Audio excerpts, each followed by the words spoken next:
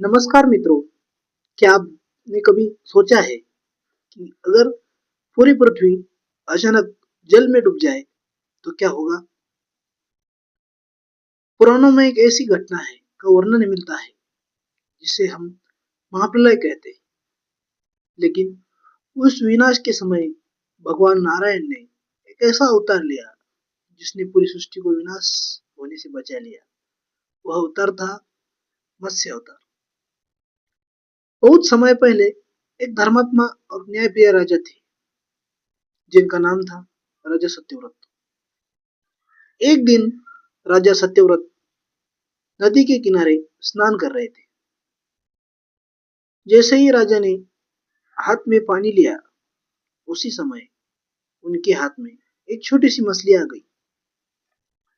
मछली ने राजा से विनती की, राजन, बड़ी मछलियां मुझे खा जाएंगी, कृपया मेरी रक्षा कीजिए। राजा सत्यव्रत को उस मछली पर दया आ गई और उन्होंने उसे अपने कमंडलों में रख लिया। लेकिन कुछ ही समय में वह मछली इतनी बड़ी हो गई कि कमंडलू उसके लिए छोटा पड़ गया। तब राजा ने उसे एक बड़े घड़े में रख दिया।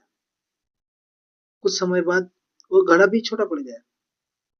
फिर राजा ने उसे एक तालाब में छोड़ दिया। लेकिन आश्चर्य की बात यह थी कि वो मछली लगातार ही बढ़ती जा रही थी। कुछ ही समय वह पूरे तालाब जितनी विशाल हो गई। तब राजा सत्यव्रत समझ गए कि यह कोई साधारण मछली नहीं। उन्होंने उस मछली को समुद्र में छोड़ दिया। तभी वह मछली अचानक एक विशाल और दिव्य रूप में प्रकट हुई। राजा आश्चर्य से भर गए। तभी वह दिव्य मछली बोली, राजन, मैं कोई साधारण मछली नहीं हूं, मैं स्वयं भगवान विष्णु हूं।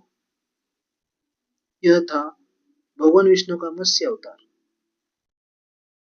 भगवान विष्णु ने राजा सत्यव्रत से कहा, जल्द ही इस पृथ्वी पर एक भयानक प्रलय आने वाला है। उस समय पृथ्वी पूरी तरह जल में समा जाएगी। फिर भगवान ने राजा को आदेश दिया कि तुम एक विशाल नाव बनाओ। उसमें सप्त ऋषियों को साथ लेकर बैठना और सभी जीवों तथा वनस्पतियों के बीच भी उस नाव में सुरक्षित रखना। राजा सत्यव्रत ने भगवान की आज्ञा का पालन किया। कुछ समय बाद आकाश में काले बादल छा गए। भयंकर वर्षा शुरू हो गई। नदियां उफान पर आ गई और धीरे धीरे पूरी पृथ्वी जल से भर गई। सभी राजा सत्यव्रत, सप्तऋषि, सभी देवों सहित जीवों सहित सभी बीज लेकर उस विशाल नाव में बैठ गए। उसी समय समुद्र से भगवान मत्स्य का विशाल रूप प्रकट हुआ। राजा ने नाव को एक सर्प की रस्सी से भगवान मत्स्य के सिंग से बांध दिया। फिर भगवान मत्स्य उस नाव को प्रलय के विशाल समुद्र में सुरक्षित दिशा में ले गए। उसी दौरान एक दैत्य हयग्रीव ने वेदों को चुरा लिया।